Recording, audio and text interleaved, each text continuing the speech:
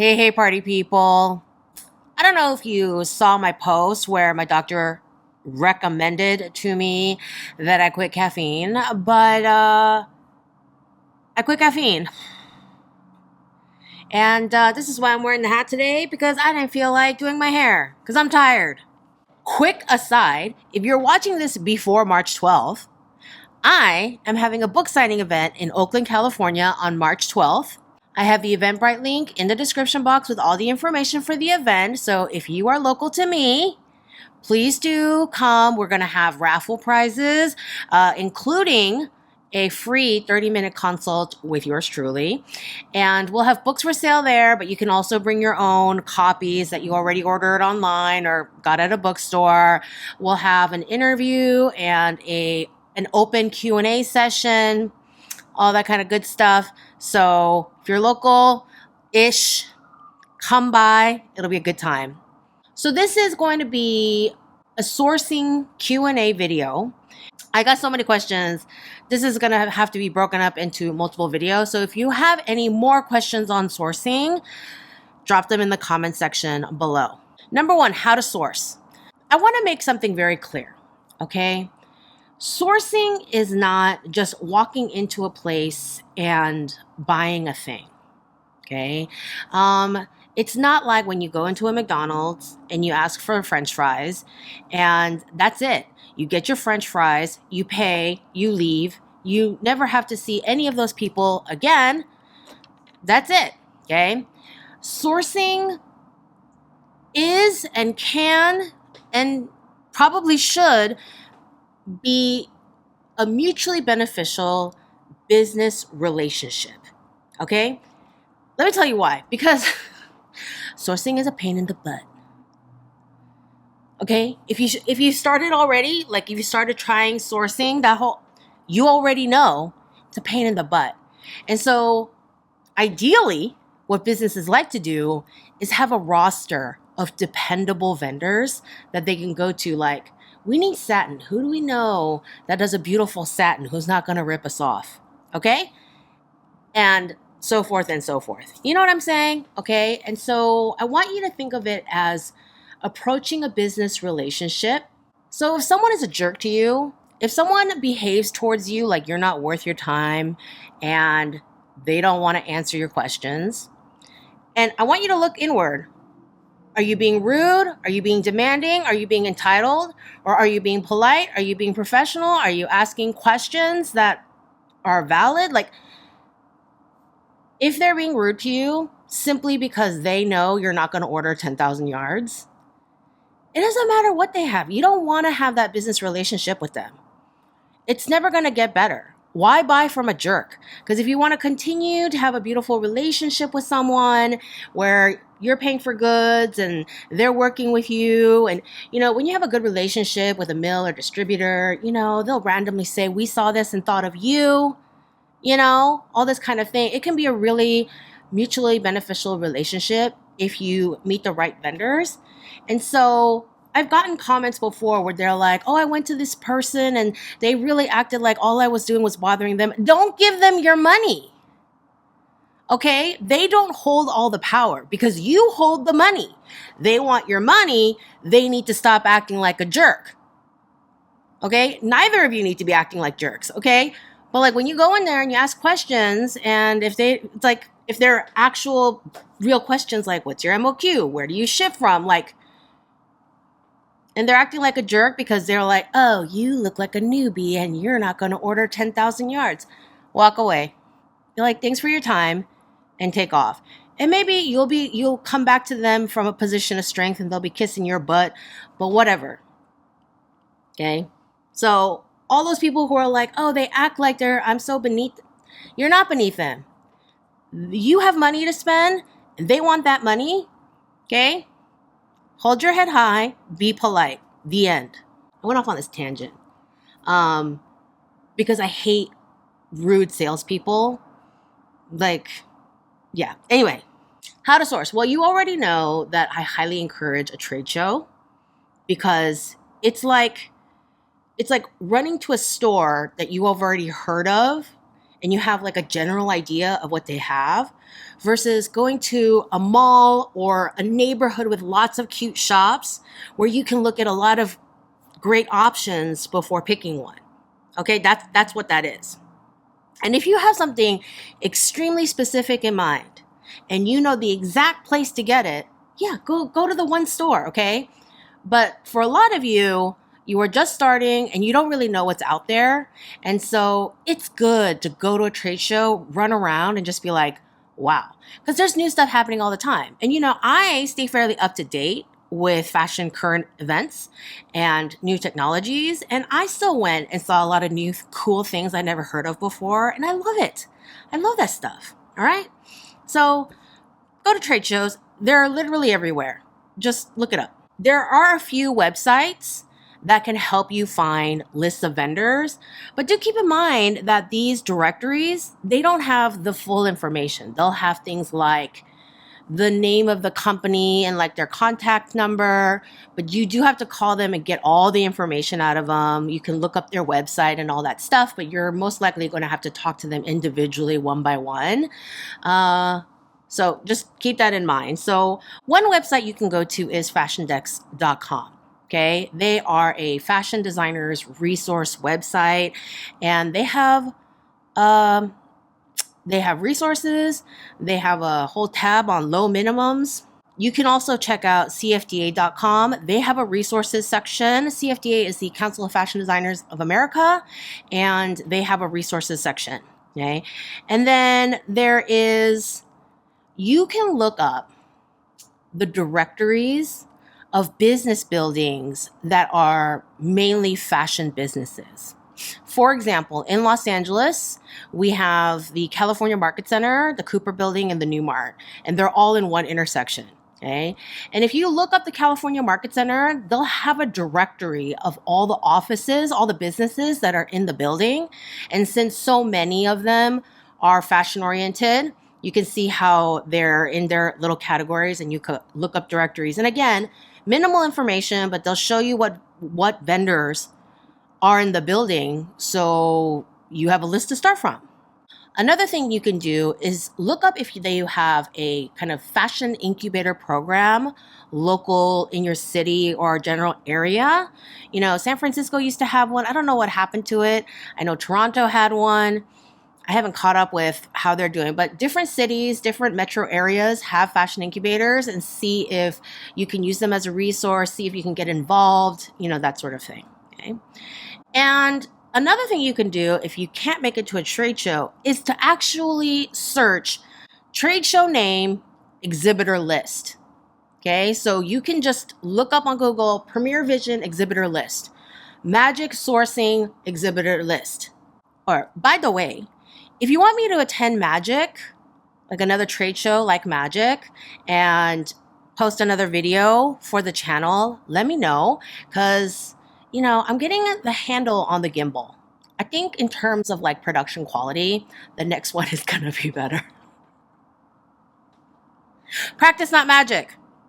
Next question, what all things should we know while sourcing? Okay, this as a teacher, I don't like this kind of question because it's too general. It's too vague.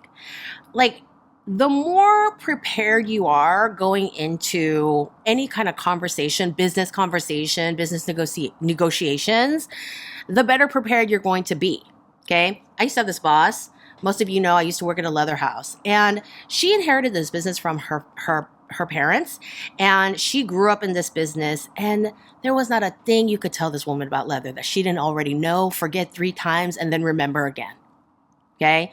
And she knew exactly to the nickel how much you should be spending per square foot on calf nubuck versus pig split. And I learned so much from her. And of course, I've learned more over the years, but because she had all this knowledge about her category of things, okay, the kind of garment weight leathers that she wanted for her business, like her business's aesthetic and style, you just could not pull a fast one on her. You cannot scam her into any kind of ridiculous price, any kind of ridiculous turnaround. She knew how long it took for tanners to do this, and she knew how long it took to get this from this place because she's been in it for so long. But it takes a while to get there, of course, okay? So my recommendation to you, okay, of course it's super fun to just go to a trade show and just look at everything. And if you're just starting and you can afford to go visit a trade show, just look at everything and get inspired, of course I recommend that. But if you don't, and you can only just go the one time, go with the shopping list, okay? Before you go to a trade show, you should think to yourself, what is the category I want to enter? This is yet another reason why all the time I'm saying, if you're new to fashion, start small, start with a single item category. Like if you watched my interview with Melissa Clamia, she is not new to the industry at all. And she's starting in a single category with one fabrication because there's just so many moving parts that just focusing on one beautiful product is really going to be the way to go and make the mark that she wants to make. So I always recommend start with like one product category that you want to make your mark with and research the ever-loving crap out of it. If you want to do denim, learn everything there is to know about denim, about cotton, about twill weaves, about indigo, about crocking, about the difference between Japanese denim and denim that comes from different parts of the world, because you're going to go to these places and the Premier Vision denim section had denim from different countries. You want to know like what a 12 ounce feels like versus a 16 ounce. You want to learn what a selvage denim is. You want to know the different bleaches and washes and what that looks like. You want to learn the difference between cotton twill and denim because if I recall correctly, US Customs differentiates the two. Okay, so take your category and learn as much as you possibly can about your category so that when you go in there, you're coming from like, okay, so I know about fabric. What's your fabric like? When you go in there with something more specific, okay, it shows that you have some idea what you're doing. And when it sounds like you have some idea of what you're doing, people are going to take you more seriously because, again, knowledge is power. All right. So go in there and be like, hey, I'm doing a line of denim jackets and I want something that's like a heavy ounce, 16 ounce. I don't want to do a bunch of fancy washes. I love a stiff Japanese selvage denim feel. Okay. I want something boxy. That's the look I'm going for. I don't want a bunch of fancy washes. Okay. And if you want to go in there with like a couple of rough sketches, like this is the feel I'm going for. This is the look I'm going for, And then also, okay, you need to go in there with a budget, okay? Because you are going to find things of every price point under the sun, okay? And here's what you need. And I go over this in my book. I have a whole section on kind of preparing. And so you basically need to fill out a cost sheet and work backwards.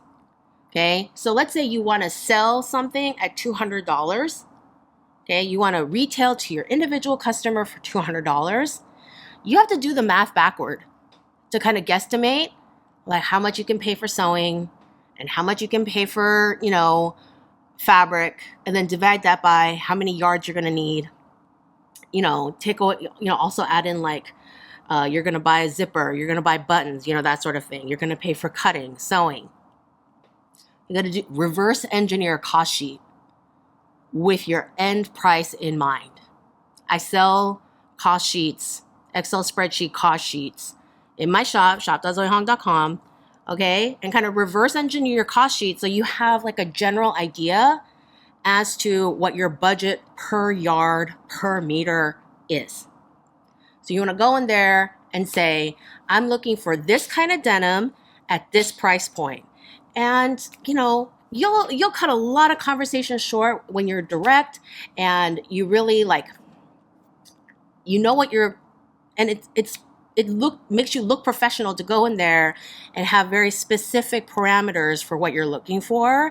Because when you go in there and you're like, oh, I'm just looking, then they're kind of like, okay, well, I'm going to help this customer who looks like they're ready to spend money.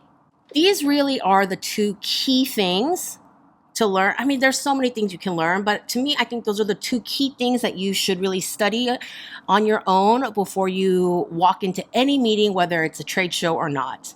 Okay, I'm gonna tell you another story. Early on in my career, I was working at this company, and at that point, I was such a newbie. I couldn't really clock the difference between polyester and silk right away like I can these days. And this guy comes up, he calls and he's like talking to my boss and he's like, I have these silks, I have these prices, I want to come show you. And my boss was like, wow, that sounds super cheap. And he's like, yeah, my prices are unbeatable. Can I come by? And we're like, okay. He comes by, he shows us these swatches, these samples, these headers, like hangers, whatever, right? And so he leaves some samples with us and he goes off on his merry way. And then at the end of that day, when everyone else had gone home and it was just me and my boss, and we opened the back window. We had two huge back windows in the sample making room. So we opened one of the big windows. It's been like 20 years. Statute of limitations on like lease agreement is probably done. Anyway, so we open one of the big windows and we start burning swatches, okay? We both were cigarette smokers back then.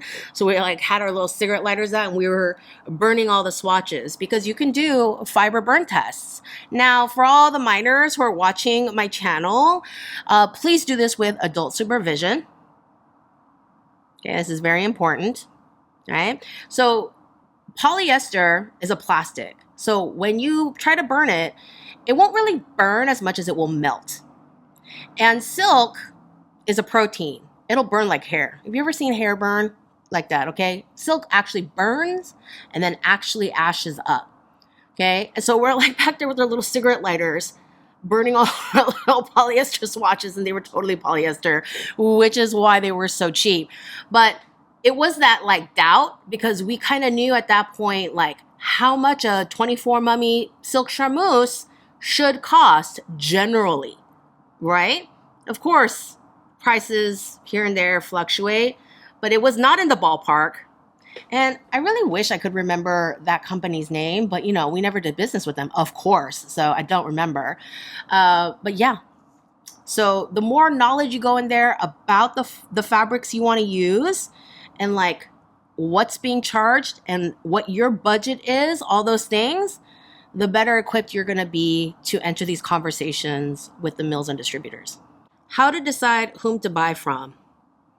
The one that treats you with respect, okay? The one that has your fabric, the one you want, at the price point that works for you because you did all your research, okay? That ships from a country that is logistically viable for you, and from the salespeople that treat you with respect, who treat you professionally.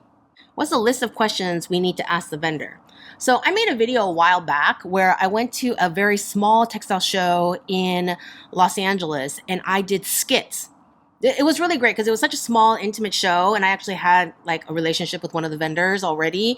And so we did these skits for attending. I was a designer looking to source something and I was asking all the questions like about minimums and where you ship from and all that stuff. And I did that with a few different vendors. I'll drop a link to that video below. But go ahead and watch that and you can kind of watch those interactions as kind of like a guiding principle. That was just like so many questions and I feel like that's all one video, right? I was wondering what you thought about the eco-friendly, innovative fabrics and whether they translate into actual fabrics we can make garments from. Okay? I am always going to be excited about new innovations in fiber technology, even if the first iterations are ugly and useless. Because I get really excited about just the general direction we're going in to improve the way fabrics are made, improve the supply chain, use technology in ways that can make fashion more sustainable and interesting. And I've been beating this dead horse for 10 years, okay? I've been doing this channel for 10 years. And I've been saying all along, even before my channel, fiber technology is the future of fashion. There's only so many ways you can cut a sleeve, cut a collar, okay, that people will want to wear. But the possibilities for different fabrications and fiber technologies is endless.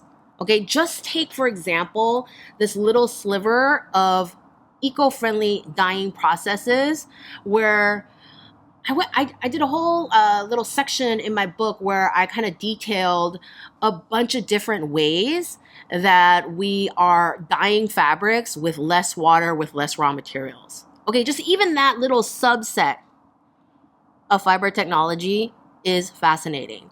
And so even like, remember what in the PV video where my friend Susie and I, we finally tracked down the plant-based biodegradable fur, and it was not soft. Okay, we were so excited to look for it. We were hunting it down and we finally found it, and it was not soft. It was not that cute and it was not that soft. And you know what? I don't even care because I know the next iteration is going to be better. Okay? That direction forward, often the first iteration is ugly. Okay? And that's fine by me. But the fact that somebody is doing this and developing technology, someone else is going to come along and be like, "Ooh, how can I improve upon that?" Like, to create that competition in the field, and it's gonna get better. It's gonna get better because people really want this. And I love it. So even though I was initially a little bit disappointed with the feel and texture of the furs, I'm like, this is the direction we should be going in. I love it. And yeah, I know people are like, Zoe, you wear fur. Yeah, it's a faux fur that's old, about as old as I am. Okay. If you follow me on Threads, then you know the story already, okay, as an aside. So I was wearing the fur coat in Paris everywhere because it was freaking cold. And I was on my way to a museum and we passed by this event. It was a Pokemon event and there were tons of people lined up in front of this building wearing Pikachu, little paper Pikachu crowns. And there was a bunch of police there in riot gear. You know, it was like above and beyond a normal police uniform. They had the big vests and all kinds of Velcro straps, like holding all these tools and everything. And they were doing crowd control. And my husband and I were passing past this crowd to get to the museum. And I'm walking and a police officer stops me and starts talking to me in French. And I'm like, pardon? And he says, oh, and he taps my shoulder. Nothing weird. He just taps my shoulder. He goes, is this real?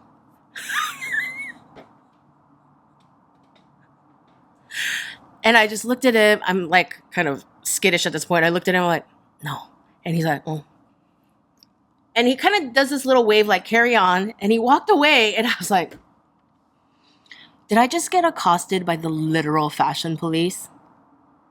The literal fashion police. Oh my God, it was so funny. I could not stop laughing. In this age of instant gratification, fast fashion, overnight delivery on Amazon Prime, or, you know, all these things where we want everything now, now, now, and we need like new things coming to our favorite labels every 2 weeks, I want us all to just take a deep breath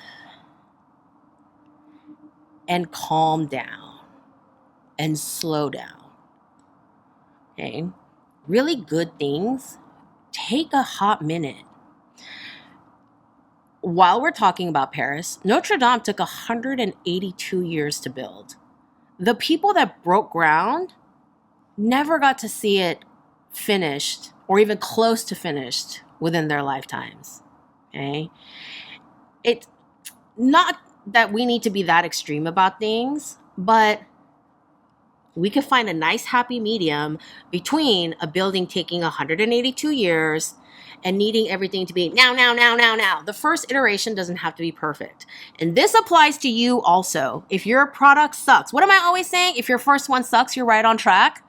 And I apply that to all these small businesses, your small business, these people who are trying to do really new, innovative things. Like, and I talk about this a lot on Patreon where we talk more about like runway reviews. You know, when a new creative director, you know, comes to a new house, Like, I have a lot of grace for them for their first collection because they're settling in. They're getting used to their team. Maybe they haven't meshed yet, you know? Like, they don't create those collections alone. And so I give a lot of grace for that first collection. Although, the new Tom Ford guy, Hader Ackerman, that collection. Oh, and the new guy, Dries Van Noten, like, those were great. Anyway, not the point. The point is, the first iteration doesn't have to be perfect.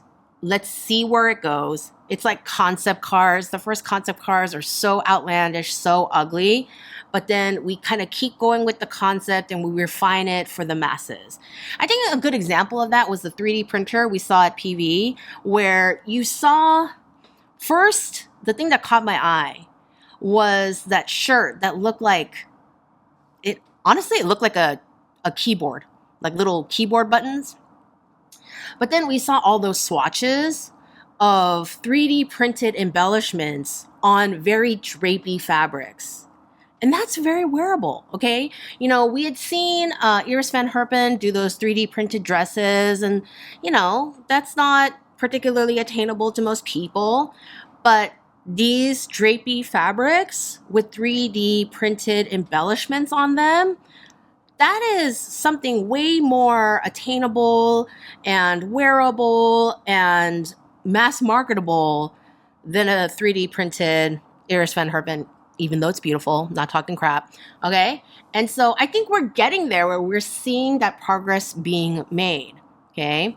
So I'm always interested to track innovation, and I don't think it needs to be immediate. I think we can give creatives some breathing room to make something really beautiful. Okay, this is getting long, so I just want to address one last question.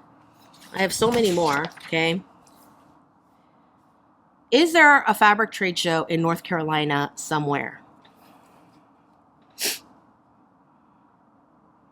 I'm going to try to say this as kindly as possible, but this is your moment of tough love from your teacher. If you had enough internet access to come onto a video and publish a comment there, then you have enough internet access to go to the search engine of your choice and put that into the search bar. If you have this expectation to be spoon-fed information all the time for things that are so infinitely easy to look up yourself, you will never make it in this business, nor any other business. Unless you have so much money, you can hire someone to literally spoon feed you information that you're too busy to look up yourself. Okay? And if you do have that kind of money, I don't know what you're doing trying to build a fashion business unless you're that bored. You know, if you had asked me, okay, Zoe, out of these two trade shows that I found online, which one do you think would be a better choice for me because I want to make X? Okay, that is not easily searchable. That is something that has to do with my opinion and my expertise, and I welcome questions like that. But are there any fabric trade shows in North Carolina somewhere? You could have literally copied and pasted that in Google and found the answer for yourself. So please, literally copy and paste that and put it into Google yourself. Okay? Because it's not too late for you to get rid of this mindset that people should be spoon feeding you information in this way. Okay? Starting any business, in particular this industry, but any business in any industry is way too difficult for you to not be able to do even these minute tasks on your own. And yeah, I'm picking on this person a little bit, but a lot of you ask me things that are so infinitely searchable. Just take that sentence and put it in Google. And listen, I appreciate the engagement. When people leave me comments, it's engagement. YouTube just reads it as engagement. It doesn't matter if it's hateful, if person is like, your production sucks, I hate your voice, I hate your face. Like, it doesn't matter. Or it could be, nice things like, I loved your book, Zoe. Okay? YouTube just sees that as engagement and it bumps my video. So thanks for the engagement. That is the only thing I can say to that comment. But honestly, you need to be able to think critically and to figure things out on your own And if you do want to hire me or any other consultant, you need to like really assess and prioritize the difficult questions to ask them and not dumb stuff like this. Okay? This person is not alone in asking me random questions that are infinitely searchable. Okay? I want you guys to really get rid of that mindset and just really, once you've done your initial search and you're still lost, then come to me and be like, okay, this is what I found and I'm lost. Okay, I'll answer that because you made the effort and you still have questions. Not an entry-level thing like this. Like your average junior high kid can answer this. All right, we covered a lot of stuff today. There's still questions I need to answer. Feel free to drop your sourcing questions in the comment section below. And please like this video if you learned something new today. Share, subscribe. Come to a book signing event. Buy my book or buy my design journal. And I will see you in the next video.